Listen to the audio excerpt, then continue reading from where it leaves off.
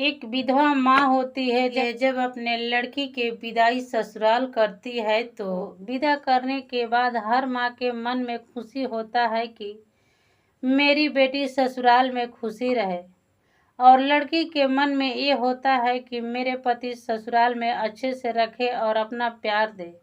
लेकिन अगर लड़की के पति के प्यार न मिले तो उन लड़की के ऊपर क्या बीतेगा वही जानेगी।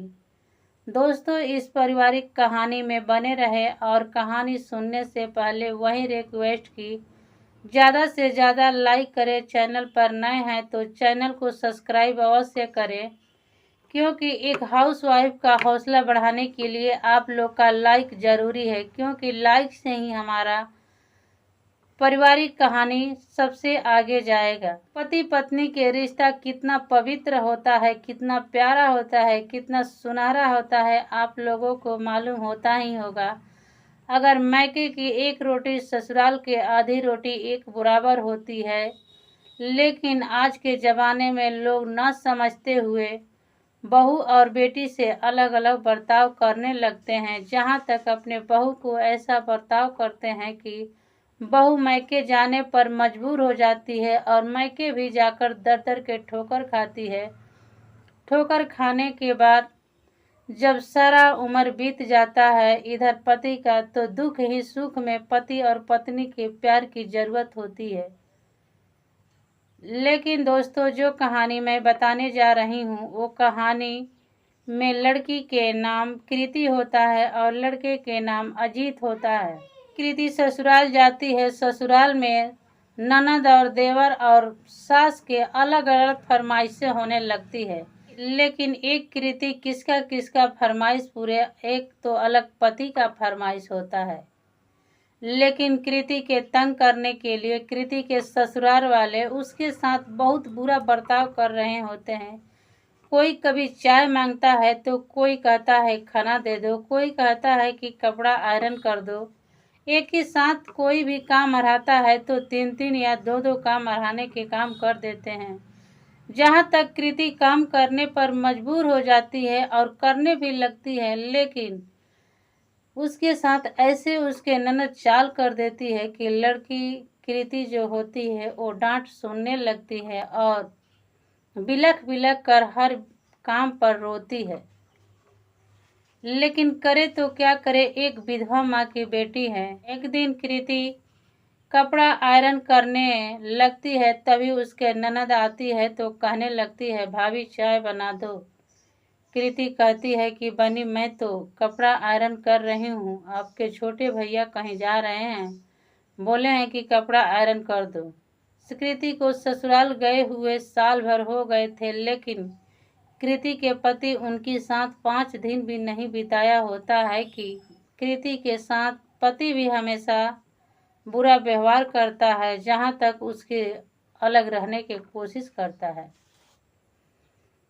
लेकिन दोस्तों, उधर किचन में जब जाती है कृति चाय बनाने के लिए तो आयरन अलग रख कर जाती है, लेकिन देखती है कि किचन में भाभी चली गई तो कृति के ननद जो होती है वो आयरन उठाती है और उसके छोटे भैया के शर्ट के ऊपर रख देती है। रखने के बाद शर्ट जल जाता है। जलने के बाद जब कृति आती है तो देखती है कि कपड़ा से धुआं निकल रहा है। चिल्लाते हुए अपने सासू माँ के पास जाती है और कहती है, माँ, आपके छोटे बेटा का शर्ट जल गया। लड़की के सास जो होती है वो कहने लगती है, डांटने लगती है और कहने लगती है कि आज बेटे के आने दो, तुझे आज बहुत मैं कहाँ सुनी करूँगी। इस बात पर कृति रोते हुए घर में आ जाती है और माफ़ी मांगने लगती है कि मुझे माफ़ कर दो, आज के बाद से आइंदा नहीं होगा। लेकिन दोस्तों, कृति नहीं कर रही थी, सारी गलती उसकी ननद कर रही थी। तभी एक दिन कृति उठती है, खाना बनाने के लिए किचन में चली जाती है। किचन में खाना बनाकर बाहर निकल जाती है। बाहर निकलने के बाद सोचने लगती है कि चलो अब नहा धोकर भगवान के नाम ले ले, क्योंकि भगवान के नाम लेना भी जरूरी है। जब बाथरूम में कृति जाती है तो नहा धोकर बाहर निकल जाती है। निकलकर पूजा कर लेती है। पूजा करने के बाद जब उसके सासू माँ खाना मांगती है तो कृति के सास खाना मांगती है तो कृति कहने लगती है कि मम्मी थोड़ा अपने बेटी से मांग लीजिए क्योंकि मैं पूजा कर रही हूँ। इधर तो किचन के खाना बनाए हुए सब्जी में कृति के ननद जो होती है नमक ज़्यादा डाल देती है और डालने के बाद कृति को डांट सुनवाने के लिए सारी कहानी रच देती है। तभी कृति के ननद जो होती है वो कहने लगती है कि पूजा कर कर तुम ही खाना दोगी, मैं नहीं दूंगी। कृति कहने लगती है कि ठीक है, कोई बात नहीं है, हम ही देंगे, घबराने की कोई बात नहीं है, बस 2 मिनट रुक जाओ, खाना लेकर आती हूँ। कृति जो ही खाना लेकर जाती है अपने सासू माँ को देती है तो जब उसके सासू माँ खाना एक कौर अपने मुंह में डालती है तो देखती है कि सब्जी में ज़्यादा नमक है तो थाली उठाकर बिक देती है। कृति कहने लगती है कि आखिर मम्मी जी क्या हुआ कि जो खाना आप फेंक दिए?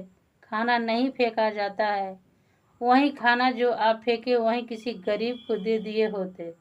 तो उसके सास जो होती है वो कहने लगती है कि तुझे कुछ नहीं आता है, एक दिन तूने सल्ट जला दिया, आज तूने खाना में नमक ज़्यादा डाल दिया, तेरे जैसा बहू कौन रखेगा। लेकिन कृति रोने लगती है और कहने लगती है कि मम्मी ऐसा मैं कुछ नहीं किया हूँ जो आप कह रही है। कृति इस बात पर रोने लगती है और रोने के साथ अपने मायके फ़ोन कर देती है और मायके फ़ोन करने के बाद मजबूर होकर अपना कपड़ा एक थैला में कस लेती है और लेकर जाने लगती है। जाते वक्त उसके पति देख रहा है और उसके सास ननद देवर सभी देख रहे हैं, लेकिन कृति के जाते हुए देखकर सभी खुश थे। कृति मायके चली जाती है। मायके जाने के बाद उधर कृति के भाई के 2 महीना बाद शादी होता है। इधर अजीत के भाई और बहन को दोनों को शादी हो जाता है। तभी जो अजीत के घर में छोटी बहू आती है तो बहू जब आती है तो अजीत के गला में कुछ खसखटास होता है तो कहने लगता है कि छोटी बहू थोड़ा काढ़ा वाला चाय बना दो। अजीत के छोटा भाई होता है जो कहने लगता है मैं आपके जैसा नहीं हूँ कि परिवार के लात मारकर खेद दूंगा। मेरे परिवार से बात करने से पहले 100 बार सोच कर बात करना। जो काढ़ा आप मेरे पत्नी को बनाने के कह रहे हैं वो काढ़ा अपने आप बना लीजिए, मेरी पत्नी नहीं बनाएगी। मेरी पत्नी सिर्फ मेरी है और मैं उसे 7 जन्मों तक प्यार दूंगा और एक साथ रहूंगा। पति पत्नी का प्यार क्या होता है तुम क्या जानोगे। तभी अजीत जो होता है वो कहने लगता है कि मैं अपने भाई बहन और माता के चक्कर में पड़कर अपने पत्नी को अपना प्यार नहीं दिया और मैके भी जा रही थी तो मैं उसे रोका नहीं। आज मुझे मालूम चल रहा है कि 2 दिन के पत्नी आई हुई पर एक कहना करने के लिए किसी के हक नहीं है। तो मेरे पत्नी तो साल भर के दिन मेरे घर रही, लेकिन मैं एक दिन भी अपना उसे नहीं समझा और इन्हीं लोग के बातों में आकर अपने पत्नी को हर बात पर डांटता रहा। तभी एक दिन अजीत को फिर से बुखार लगता है। बुखार इतना तेज चढ़ जाता है कि अजीत दवा पानी लेने में असमर्थ था, लेकिन उसकी बहन जो उसी रास्ते से जाती है तो अजीत कहता है कि बहन बहन थोड़ा मुझे दवा और पानी दे दो, मेरे शरीर में बहुत दर्द हो रहा है, बहुत तेज बुखार लगा है।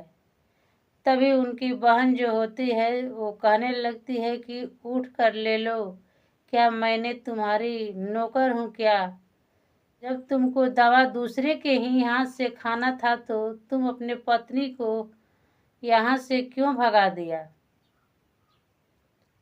फिर से दोबारा अजीत जब इस बात को सुनता है तो जैसे तैसे कर कर दवा उठा लेता है, खा लेता है। खाने के बाद कमरा ओढ़ लेता है और कमरे के अंदर फूट फूट रोता है। लेकिन करे तो क्या करे अजीत। तभी एक दिन अजीत और उसके छोटे भाई से कुछ आपस में लड़ाई हो रही थी। तभी उसके मम्मी दौड़ी हुई आती है और कहने लगती है कि किस चीज़ के लिए लड़ाई हो रही है। अजीत कहता है कि मम्मी कल की बहू आई हुई से कोई काम नहीं करवा सकता है, तो मेरे तो पत्नी साल भर की आई थी और मैं इन्हीं लोग के चक्कर में पड़कर अपने पत्नी को हर बात पर लताड़ता रहा। तभी अजीत की माँ जो होती है वो कहने लगती है कि मैंने तो तुम्हारा शादी समय पर कर दिया था, तेरे में ही गलती है जो अपने पत्नी को अपने घर से निकाल दिया और उसे रोका भी नहीं। मैंने तुझे क्या कहा था कि अपने पत्नी को छोड़ दो। अजीत कुछ नहीं जवाब देता है और उसका अकल का और दिमाग खुल जाता है उसी दिन से कि पत्नी क्या होती है और पत्नी का कैसे प्यार दिया जाता है और पत्नी को कैसा इज्जत सम्मान दिया जाता है, दुख सुख में ही पता चलता है। लेकिन अब उस दिन से अजीत भी सोचने लगता है कि खास मेरी पत्नी एक काल फोन करती तो मैं उनसे बात करके अपने पास बुला लेता। लेकिन फोन करने में भी अजीत सहम रहा था। जो अजीत के साथ घटना हुआ था वहीं उधर कृति के साथ भी होता है। कृति के नई नवेली भाभी घर आती है तो कृति के साथ दाइयों जैसी बर्ताव करने लगती है। एक काम करती कृति तले फिर से काम हरा देती है। इसी बीच एक दिन कृति के बहन कृति से बात करती है तो कृति के बहन के सास आ जाती है तो कृति के बहन की सास पूछती है कि किससे बात कर रही हो, तो कृति के बहन कहती है कि मेरी बड़ी दीदी है जो मैके आकर बैठी है। कृति के बहन के सास कहती है कि क्या तुझे उनसे बात कर मेरा घर भी बिगाड़ देगी क्या, मेरा घर भी अलग कर देगी या तू भी उसके जैसे मैके जाकर बैठ जाएगी। और कृति के बहन के मोबाइल छीन लेती है और छीनने के बाद फोन काट देती है। लेकिन तभी उस बात को सुनकर कृति को बहुत बड़ा एहसास होता है कि खास मैं ससुराल ही होती, मैके नहीं आई होती। आज मैके आने के बर्ताव मेरे साथ जो हो रहा है मुझसे बर्दाश्त नहीं हो रहा है। करूँ तो क्या करूँ, विधवा माँ है, उनसे कहूँगी तो वो भी टेंशन से मर जाएगी। लेकिन तभी दोस्तों कृति के भाभी ने प्रेग्नेंट हो जाती है। प्रेग्नेंट होने के बाद कृति से कभी गरम पकौड़े खाने के लिए कहती है तो कभी कुछ कहती है तो कभी कुछ कहती है। इस बात पर कृति से और उसके भाभी से कुछ अनामनी हुआ तो कृति के भाभी कहती है कि तुझे तो मेरे घर में नौकरानी जैसी रहना है, नहीं तो यहाँ से चला जाना है। मैं तेरे जैसा क्या अपने ससुराल छोड़कर चली जाऊँ। ससुराल में थोड़ा गजन भी हो तो ससुराल ही रहना चाहिए, लेकिन मैके नहीं जाना चाहिए। लेकिन इस बात पर कृति को बहुत गहरी फिर से चोट लगती है। चोट लगने के बाद कृति उस दिन से रोने लगती है। हर वक्त अजीत को याद करने लगती है कि अजीत खास मुझे फोन कर देता तो मैं उसके पास चली जाती। अब मैं इंतजार थोड़ा भी नहीं करूँगी और वक्त नहीं दूंगी कि मैं मैके में ही रहूँगी। उधर अजीत का भी अकल का ठिकाना लग चुका था, इधर कृति का भी अकल का ठिकाना मैके वालों के कारण लग चुका था। अब एक दूसरे दोनों मजबूर हो गए थे मिलने के लिए। तभी फोन करता है तो कृति सोई हुई उठती है और फोन उठाती है, देखती है कि मेरे पति का ही फोन है। जब फोन उठाती है तो कहने लगती है कि बोलिए क्या बात है, तो अजीत कहता है कि मैं तुझे कुछ कहना चाहता हूँ। कृति कहती है कि कहिए क्या बात है, सोचने की कौन सी बात है, जो कहना है सो कहिए। अजीत कहता है कि हम दोनों एक साथ रहना चाहते हैं, मैं तुझे पाकर बहुत खुश रहूँगा, मेरे पास आ जाओ। बात को सुनती है कृति तो रोने लगती है और कहती है कि आप आ जाएंगे तो मैं आपके साथ चली जाऊंगी। तभी 10 मिनट बाद कृति के द्वार पर अजीत एक बाइक लेकर आता है और इधर कृति अपने बैग में सारी कपड़ा रख लेती है। रख कर जो ही घर से निकलती है तो उनकी माँ पूछती है कि आखिर बेटी तुम क्यों जा रही हो एक बैग। कृति कहने लगती है कि मम्मी, मायके में नौकरानी जैसे बनकर जिंदगी नर्क बनाकर मुझे नहीं पसंद है। अब तो मैं मरूंगी चाहे जीऊंगी ससुराल में ही और अपने पति के साथ रहूंगी।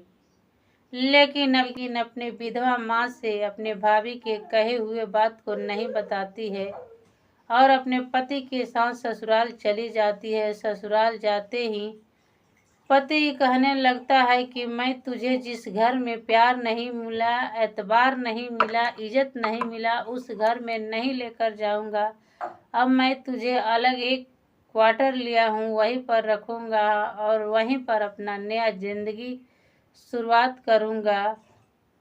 सारे शिकवे गम भुलाते हुए दोनों एक दूसरे से प्यार करने लगते हैं। प्यार करने के साथ साथ आज उन्हें एक लड़का और एक लड़की है और दोनों फैमिली खुश है। और खुश होने के साथ अक्सर पहले के ज़माना में माता पिता होते थे तो अपने बेटी को कहा करते थे कि बेटी ससुराल के आधी रोटी अच्छा होता है मायके के एक रोटी से। लेकिन आज के ज़माने में ऐसे माता पिता हैं जो अपने बेटी को ससुराल के रहने के लिए कुछ अलगे ही बात करते हैं और ससुराल से मायके ही लाने के ज़्यादा बात करते हैं। ऐसे माता पिता से मैं आग्रह करता हूं कि अपने बेटी को ऐसा शिक्षा न दे, ज़्यादा से ज़्यादा ऐसा शिक्षा दे कि बेटी ससुराल में रहे और अपना घर बसाए। पारिवारिक कहानी कैसी लगी ज़्यादा से ज़्यादा लाइक करें और चैनल पर नए हैं तो चैनल को सब्सक्राइब अवश्य करें, क्योंकि एक हाउसवाइफ का हौसला उसी से बढ़ता है। और कृति और अजीत के लिए एक प्यारा सा कमेंट अवश्य करें।